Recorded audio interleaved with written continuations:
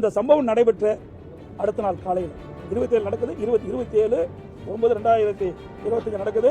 நான் 28/9/2025 நேரடியாக மருத்துவமனைக்கு போய் அங்கே இறந்தவர்களுக்கு அஞ்சலி செலுத்திவிட்டு பாதிக்கப்பட்ட காயமடைந்தவர்களை நான் நேரடி ஆறு சொன்னேன். அப்போ பேட்டி கொடுக்கும்போது நான் எந்த அரசு என்ன உண்மை தெரிந்த பிறகு நாம் செய்தியாளர் சந்தித்து விவரங்களை தெரிவிக்கலாம் என்று தான் தெரிவித்தேன்.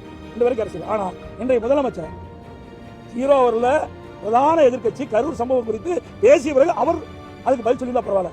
ஆனால் எனக்கு அந்த வாய்ப்பை கொடுக்க மறுத்துவிட்டு ஆளுங்கட்சி சேர்ந்த முதலமைச்சர் இந்த நாங்கள் என்னென்னலாம் செஞ்சோம்னு தெரிவிக்கிறேன்.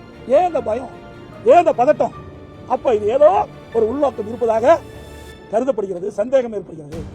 ஏன்னா ஒவ்வொரு முறையும் பிரதான எதிர்க்கட்சி எனக்கு தொடர்ந்து பாருங்க, எந்த ஆட்சியாக இருந்தாலும் பிரதான எதிர்க்கட்சி அந்த நடந்த சம்பவம் குறித்து அரசுடைய கவனத்துக்கு கொண்டாங்க, அரசு அதுக்கு பதிலளிக்கும். ஆனால் இன்னைக்கு பிரதான எதிர்க்கட்சி கரூர் சம்பவம் குறித்து 56 விதியின் கீழ் பொது முக்கிய வாய்ந்த நிகழ்வு குறித்து பிற அலுவலை ஒத்தி வைத்து விவாதிக்க வேண்டும் என்று கேட்கின்ற போது அதுக்கு மாறாக ஆளுங்கட்சி முதல்வர்கள் என்னென்ன செய்து கொடுத்தார். ஆக இதில் ஏதோ இருப்பதாகத்தான் சந்தேகம் இருக்கின்றது.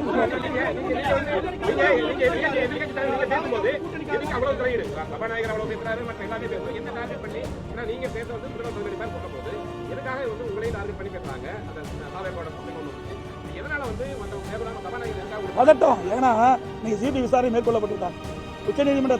உச்சநீதிமன்ற ஓய்வு பெற்ற நீதிபதி அதை கண்காணிக்கிறாங்க. பிறகு உச்சநீதிமன்றம் இந்த வழக்கை கண்காணிக்கும் சொல்லிட்டாங்க. இதுலதான் பல பிரச்சனை இருக்குது. நான் ஏற்கனவே சொன்னேன், நான் முழுமையா நான் சொல்லல.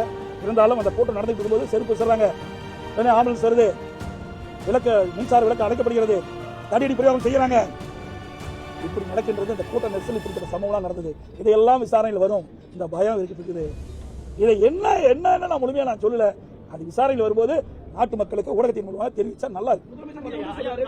அதாவது இன்னொன்னு இதுக்கு அதுக்கு அவருக்கு வேற வழி இல்லையா, வேற இதைத்தானே சொல்லி ஆகணும். அவர் இந்த ஆட்சியில் நடைபெற்ற தவறை மறைப்பதற்கு இப்படி ஒரு கருத்து நாங்க சப்போர்ட் எதுக்கு பண்ணோம். ஒரு விரோதனை சொன்னாரு, எந்த அரசியல் கட்சி தலைவர் தமிழக உறவுன்னு சொல்றாருல, இவர் சொன்னது நியாயம், நாங்க சொன்னா தப்பு. நாங்க அந்த உணர்வோட தான் பேசுறத பதிவு வச்சிருக்கிறேன். ஆக இந்த கட்சி அந்த கட்சி எல்லாம் பார்க்கல. நான் எழுச்சி சுற்றுப்பயணம் மேற்கொண்டு போது ஒரு 4-5 மாவட்டம் கொடுத்தாங்க. மீது எந்த இடத்துலையுமே போலீஸ் பாதுகாப்பை கொடுக்கல.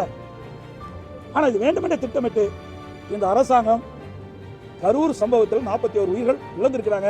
இதில் ஏதோ மர்மம் இருக்கின்றது. இதை மறைப்பதற்கு தான் நான் பேச ஒவ்வொரு அமைச்சராக எழுந்திருந்து இடையே மறித்து கருத்துக்கள் சொல்றாங்க. இந்த கருத்து சொல்ல வேண்டிய அவசியம் என்ன? நாங்க என்ன கேட்கிறோம்? நீ முழுமையா பாதுகாப்பு கொடுத்துக்கணும்.